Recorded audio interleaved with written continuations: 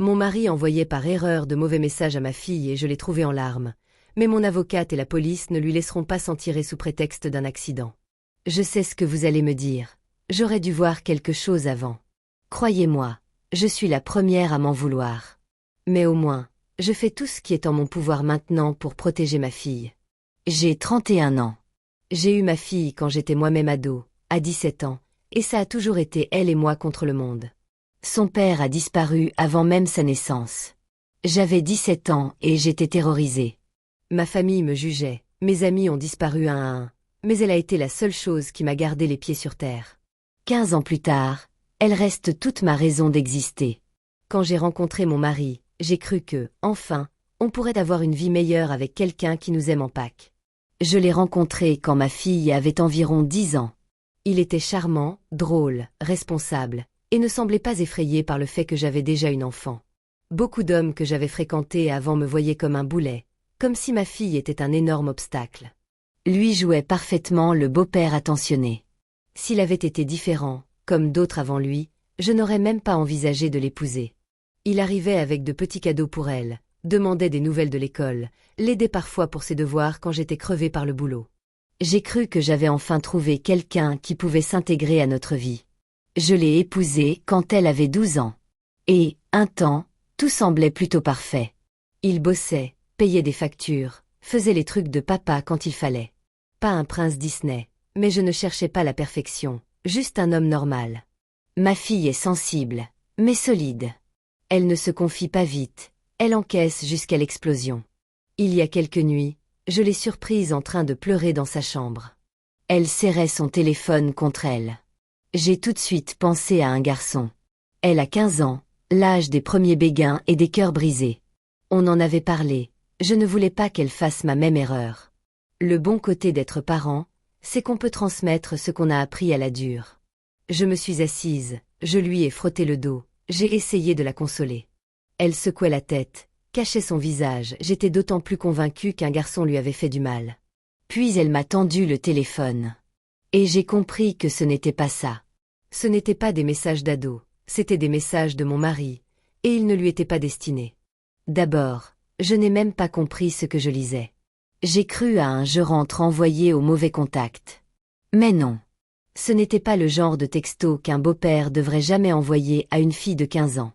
Pas explicite, mais un flirt qui m'a retourné l'estomac. On aurait dit des messages pour moi, envoyés à elle. Ma fille était mortifiée parce que ce n'était pas une seule erreur. Elle en recevait depuis des semaines, peut-être plus. Elle a cru que son beau-père lui faisait la cour pour quelque chose qu'elle aurait fait et ne savait pas comment me le dire. Elle pensait être seule avec ce secret dégoûtant, persuadée que je m'énerverais contre elle. Alors elle a tout porté toute seule. Je ne peux pas décrire la rage. Le sang en feu.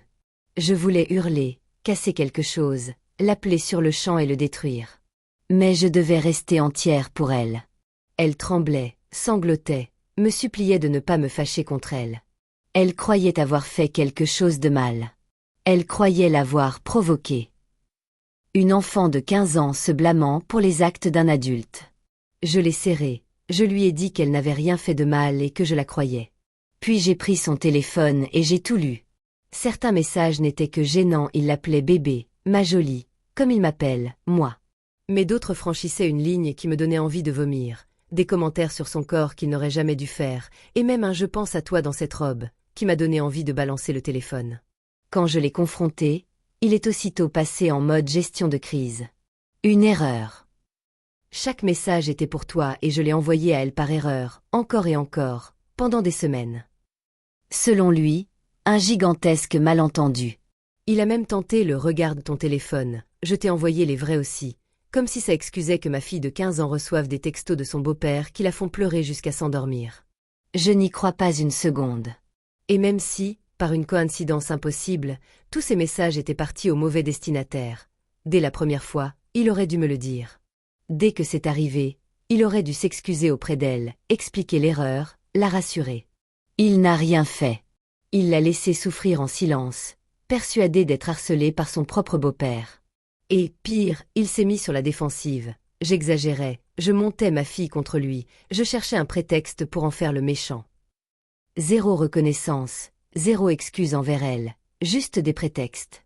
Je lui ai dit de dégager de la maison. Je ne pouvais plus le voir sans hurler. Depuis, ma fille est collée à moi. Elle ne veut pas dormir seule. Elle a demandé si on pouvait fermer sa porte à clé la nuit. Impossible de laisser passer ça. On n'envoie pas des semaines de messages de ce type à une mineure sans s'en rendre compte. Elle ne se sent pas en sécurité. Et si ma fille ne se sent pas en sécurité, il n'a plus sa place ici. Une erreur d'envoi, ça peut arriver une fois et on s'excuse. Là, c'est non. Mon mariage a pris fin l'instant où j'ai vu ces messages.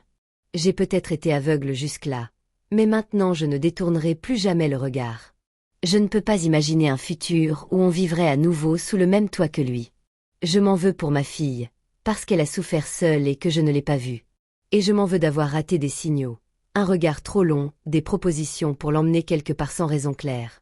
J'ai voulu croire de toutes mes forces qu'il était un bon homme. Cette culpabilité me dévore. J'ai failli à ma mission de la protéger, au point qu'elle a cru qu'il valait mieux ne rien me dire pour me préserver. Elle m'a dit qu'elle me voyait heureuse et pensait que, si elle ne répondait pas à ses messages, il abandonnerait. Que je ne serais pas en colère. Ça me révulse que ma fille pense ainsi, qu'elle se croit coupable. Je me sens aussi humiliée. Comment expliquer ça aux gens? Si je divorce, tous demanderont pourquoi. On me dira, dis-le à tout le monde, qu'il sache. Mais vous imaginez comme ce serait humiliant pour ma fille? C'est une enfant, je ne la jetterai pas en pâture pour me venger de lui. Lui, maintenant, ne cesse de m'écrire pour s'excuser. Ce n'était pas ce que tu crois, ne gâche pas notre mariage pour un malentendu, tu dramatises, tu fais du mal à tout le monde. Et tout ce que je pense, c'est, comment oses-tu? Comment oses-tu me faire passer pour la méchante alors que ma fille pleurait dans son lit, terrifiée et honteuse, à cause de toi? Je ne peux pas lui pardonner. Je n'essaierai même pas. Je regarde des appartements, car je ne veux même pas qu'il sache où on vivra une fois qu'il sera dehors pour de bon. Ma priorité, c'est ma fille, qu'elle n'ait plus jamais à douter de sa sécurité. Je préfère rester seule toute ma vie que de la remettre en danger. J'ai mal, je suis furieuse et épuisée. Je m'en veux de ne pas l'avoir protégée comme j'aurais dû, et d'être restée si longtemps avec un homme aussi malsain. Le téléphone de ma fille est entre mes mains. Je ne le laisserai plus lui écrire, ni qu'elle lise quoi que ce soit. Et c'est une preuve de tout ce qu'il lui a envoyé. Mes prochaines étapes, avocate, police, toute personne pouvant le faire répondre de ses actes. Je sais que mon futur ex-mari est terrifié par ce que je peux faire avec ça. Mais il ne s'en sortira pas. Mise à jour 1. La plainte est déposée et mon avocate, Maître Dubois, prépare le divorce. Désolée, je n'ai pas beaucoup plu, ces choses prennent du temps. On m'a demandé de parler un peu de mon histoire et de ce que nous avons vécu, ma fille et moi. J'ai été mère ado. 17 ans quand j'ai appris ma grossesse. Le père biologique a disparu le jour même où je lui ai dit. Jamais demandé de nouvelles, jamais versé un centime. Je l'ai élevé seule, brutale. J'étais encore une enfant, à tenter de finir le lycée du soir, de bosser, de payer coucher lait, d'ignorer les regards. Je n'ai pas choisi l'IVG, même si mes parents y ont été poussés par les parents du père biologique. Eux ne voulaient pas de moi à la maison non plus et pensaient à l'adoption. J'ai refusé, je ne portais pas mon bébé 9 mois pour le donner. Je suis partie. J'ai travaillé, trouvé des coups de main, voisine, garde, pour finir l'école du soir. C'était dur, émotionnellement et physiquement. Mais je voyais son visage et je me rappelais qu'elle n'avait rien demandé. Depuis 15 ans, c'est elle et moi. Quand j'ai rencontré Marc, ma fille avait 10 ans. J'étais fatiguée d'être seule, de tout porter. Il semblait stable. Travail, logement, pas rebuté par ma fille, ce qui, aujourd'hui, me dégoûte rétrospectivement. De petits cadeaux, des blagues, l'air de vouloir faire partie de notre équipe. Soulagement d'être vue autrement que la fille avec bagage. Quand il a emménagé, qu'il a aidé aux factures, j'ai cru pouvoir respirer. En l'épousant, j'ai pensé à un nouveau départ, une vie plus normale, une vraie figure paternelle pour ma fille. C'est pour ça que ces messages font si mal, je l'ai laissé entrer, et je me sens coupable. Pendant des années, j'ai fait au mieux. Cette erreur coûte trop cher. Je suis reconnaissante que ça n'ait pas été plus loin, mais ça ne console pas. Oui, j'ai réagi juste en découvrant la vérité, mais, en tant que mère, on a du mal à se sentir bien avec ça. C'est moi le filtre des gens qui entrent dans sa vie. Je me suis trompée. Je préfère qu'il ait été mauvais avec moi plutôt qu'avec elle. Je préfère me battre seule que de risquer sa sécurité pour un mariage qui s'est révélé une farce. J'ai choisi le mauvais homme. Il ne me reste qu'à choisir autrement, pour elle et pour moi. Mise à jour 2. Ici, que du concret. Dès le lendemain, j'ai contacté Maître Dubois. Je lui ai remis le téléphone de ma fille avec les messages sauvegardés. C'est désormais une pièce du dossier. Elle m'a dit que la preuve est solide. Répétition, langage, durée, âge, 15 ans. Même s'il plaide l'erreur, la répétition détruit sa défense. Aucun juge ou jury ne croira à tant d'erreurs vers une mineure. On avance sur 2 fronts, divorce et pénal. Divorce, dépôt immédiat pour faute. Demande d'ordonnance de protection d'urgence, obtenue rapidement, vu la nature des faits. Il ne peut plus s'approcher de moi, de ma fille, de la maison, de mon travail, de son collège. Serrure changée. La requête inclut une répartition des biens à mon avantage, en citant sa mauvaise conduite. Les juges protègent l'enfant et sanctionnent le conjoint fautif. Je doute qu'ils repartent avec grand-chose. Pénal, coordination avec la police, plainte déposée. Le téléphone est chez les experts, vérif. Des messages, métadonnées, absence de manipulation. Relevé de son téléphone aussi. L'enquête vise des communications inappropriées avec une mineure et du grooming, sollicitation, tentative d'exploitation. Mon avocate pense que les charges tiendront. La police a auditionné ma fille avec une intervenante enfance. Elle a expliqué comment, combien de temps, les faits sur elle. Son témoignage fait partie du dossier. Mon avocate l'a trouvée incroyablement courageuse. Il a été signifié, divorce plus ordonnance. Pris de court, il a minimisé, puis s'est adjoint un pénaliste et un avocat pour le divorce. Leur seule ligne, l'accident intenable face à des semaines de messages. À cause de l'ordonnance, il ne peut pas nous contacter directement. Tout passe par avocat. Soulagement. Plus de manipulation ni de culpabilisation. S'il tente un contact hors canaux, il risque l'arrestation immédiate. Côté finance, j'ai ouvert un compte à mon seul nom, inventorié biens et revenus. On demande la jouissance exclusive temporaire du domicile. Très probable, vu que sa faute vise ma fille. Côté garde, rien à débattre. Il n'est pas son père légal, donc aucun droit de visite. Le pénal sera sans doute plus lent que le divorce, mais il avance. Le parquet a été saisi. Les charges devraient être formalisées après l'analyse forensique. L'issue probable. Communications électroniques en vue d'exploiter une mineure, grooming, sollicitation en tentative, délit grave. En cas de condamnation, inscription au registre des délinquants sexuels, avec des conséquences sur emploi, logement, réputation. Calendrier du divorce, audience temporaire dans quelques semaines, biens immédiats, poursuite de l'ordonnance. La procédure complète prendra des mois, mais l'avantage probatoire est clair. Mise à jour 3. Tout est terminé juridiquement. Ma fille et moi avons déménagé. Nous sommes en sécurité. Le divorce est final. Le tribunal a statué nettement en ma faveur. Il a tenté de disputer des biens. La juge ne s'est pas attardée. Les textos et l'ordonnance de protection étaient sans appel. Il est parti avec ses seuls effets personnels.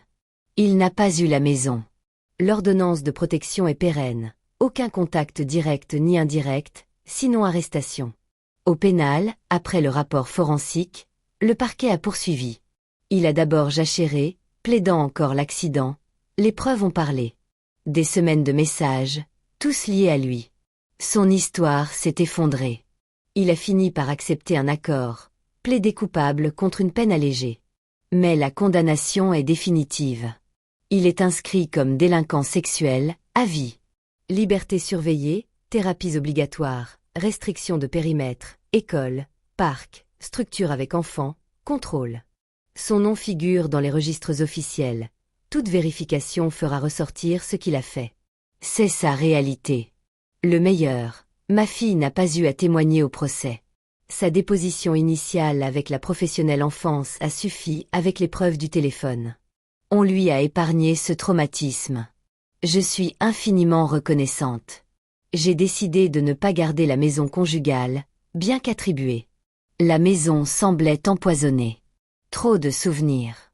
Je ne voulais pas que mon ado vive lié à ça. Je l'ai vendu. On a pris un nouvel appart dans un autre quartier de la ville. Ici, rien de lui. Pas de meubles qu'il a choisis, pas de pièces qu'il a foulées. C'est plus petit, donc plus cocoon, et ça lui va bien. Elle passe du temps à dessiner, à écouter de la musique, à réinviter des amis pour la première fois depuis des mois. Elle ne traîne plus dans le salon par peur d'être seule. Elle se sent en sécurité. C'était tout ce que je voulais. Côté bien-être, elle va mieux que je ne l'aurais imaginé. Elle a maintenant 16 ans et a vécu plus que de raison, mais c'est une battante. Les premiers mois ont été durs. Elle est suivie depuis le début et ça l'aide plus que je n'aurais pu. Je revois une jeune fille lumineuse. Elle rit, s'inscrit à des clubs, fait des projets. La thérapie nous aide toutes deux. J'y vais aussi. J'étais si absorbée par le juridique et par sa guérison que je m'étais oubliée. Maintenant, on cicatrise chacune à notre rythme. Notre quotidien redevient ordinaire et c'est un cadeau. École, boulot, courses, soirées ciné, balades. Plus de paperasse, plus d'audience, plus d'appels d'avocats. Juste la vie.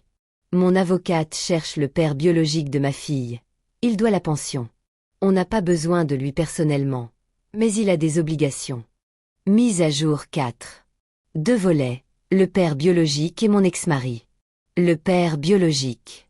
Maître Dubois l'a retrouvé et lui a envoyé une mise en demeure pour la pension due et à venir.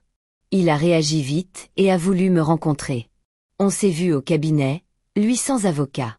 Il voulait régler la pension et me raconter sa version. Appelons-le Paul. Comme mes parents, les siens étaient furieux qu'il ait mis enceinte une ado. Ils lui ont interdit de me voir et lui ont dit que j'avais avorté. Je le crois, mes parents avaient subi des pressions en ce sens. Il a été envoyé chez de la famille en Bretagne et interdit de contact. Ensuite, il a fait des études supérieures. Payer la pension ne lui posera aucun problème. Il n'a jamais su que j'avais gardé notre enfant. Ses parents lui avaient vendu l'IVG. Il est marié, sans enfant, et veut faire partie de la vie de sa fille. Il ne parle plus à ses parents, et, vu ce qu'il m'a dit, ce n'est pas près de s'arranger. Il a commencé à payer, avec des versements un peu plus gros pour rattraper le retard. Il ne conteste rien. Du coup, avec mon avocate, on a proposé un montant moindre que ce qu'on pourrait exiger, vu sa coopération. Il a eu ses premières rencontres avec ma fille. Pour l'instant, ça se passe bien, même s'il doit voyager pour la voir. À suivre. Mon ex. Il a trouvé un nouveau boulot après avoir été licencié suite au procès. Il posait des lignes Internet. Il a eu un chantier près d'une école et a oublié de le mentionner, alors que l'entreprise devrait connaître ses contraintes. Quelqu'un s'en est aperçu, je ne sais pas qui, et il a été arrêté sur le chantier pour violation de l'interdiction d'être à proximité d'enfants, même sans acte concret. Être inscrit au registre, ça a ses conséquences. Il a passé 30 jours en prison départementale et a perdu son boulot pour absence prolongée. Ils ont dû recruter quelqu'un d'autre. Au moins, cette fois, ça ne nous concerne plus directement.